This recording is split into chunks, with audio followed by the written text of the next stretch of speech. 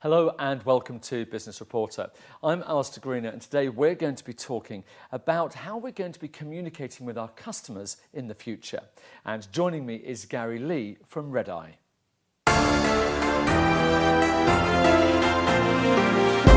Good morning.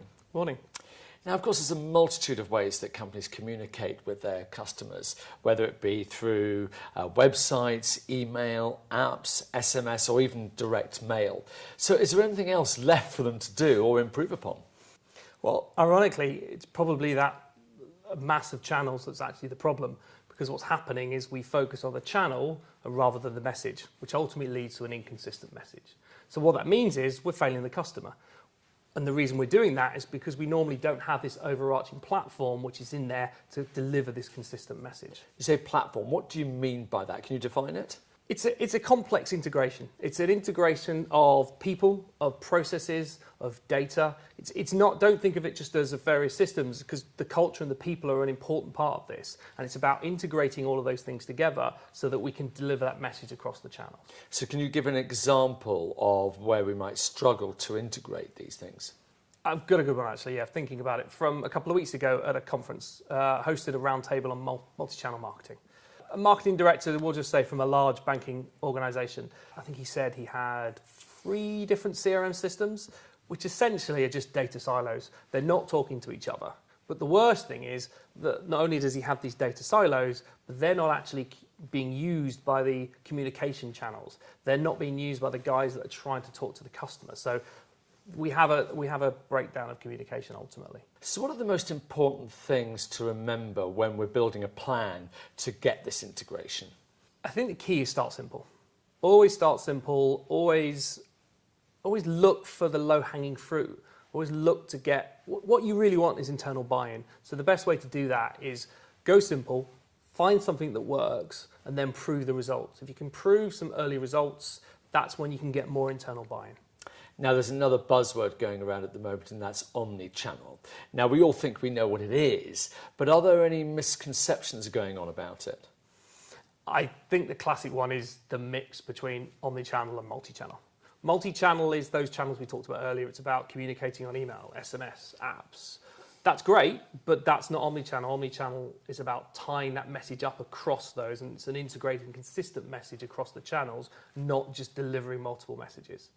And I think a good example of that is online and offline, and making sure that you're tying up those 2 different channels, because if you're not, your message online won't involve what they're doing offline. Now, earlier on you talked about data silos. I mean, what's the implications of them?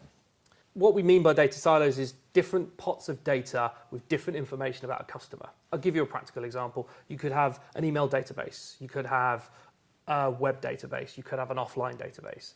If those are all siloed and they're not talking to each other, you can't build this holistic picture of the customer, this single customer view, as people would describe it. And by doing that, what's happening is we're not going to give a consistent customer journey, which means we're not going to communicate as well to the customer as your competitors are, and ultimately that's bad for the business. Okay, so we have a great plan. How do we turn that into a reality? Start simple. I've said that once before, but I think that's key. I think it's important before you even jump in, actually, to take a step back and do the research. Don't try and do everything too quickly. It's often what people do. Let's get something done. But actually what you want to do is build a plan, understand the data, understand the culture, and start from there. And once you've got that, get this internal buy-in that I've talked about before. Get that sponsorship. That's key if you're going to be able to do this long term. Then start to integrate it and then start to test it. You ultimately, as we talked about doing it simple, do something, test it, learn from it, do the next bit, and constantly evolve. And the key there is all those things are probably using external resources to help you, but you want to bring that in-house ultimately. So training is a key thing. Make sure that as you're doing these new things, someone is always internally taking ultimate ownership so you don't lose that intellectual property. So are you saying once you've set it all up, we can actually manage it ourselves in-house within our own organisation? Oh, absolutely, absolutely. That should be the long-term goal. Should always be on these sorts of things. Don't be afraid to use external expertise. Don't always try and do it in-house at the start. But your goal, and maybe it's a systematic approach, should be let's do something, let's learn from it, let's train our internal people and bring it in-house. Let's move on to the next thing, let's bring it in-house. constantly evolving, but constantly always thinking long term, make sure I bring this all in-house. Now, your philosophy is all about change and the immense changes that we experience all the time, but the world is also changing. So how can we keep up with that? How can you be sure that your solution is actually sustainable? I think long term, that's about using expertise, that's about staying in touch with the community. The technology world is moving so fast. You're always going to be looking at new things. So ultimately, I'm thinking really testing. Always be out there, always be learning new things, making sure you're staying in touch, and then never be afraid to try new things, evolve them. Whatever we put in place now, that won't be there in 12 months. Don't think that whatever plan you put together is, this is my plan, I'm set for the next couple of years. It won't be. It's about always constantly evolving. Well, you've certainly introduced a new perspective into the future of communication with our customers. Garry Lee from RedEye, thank you very much. Thank you.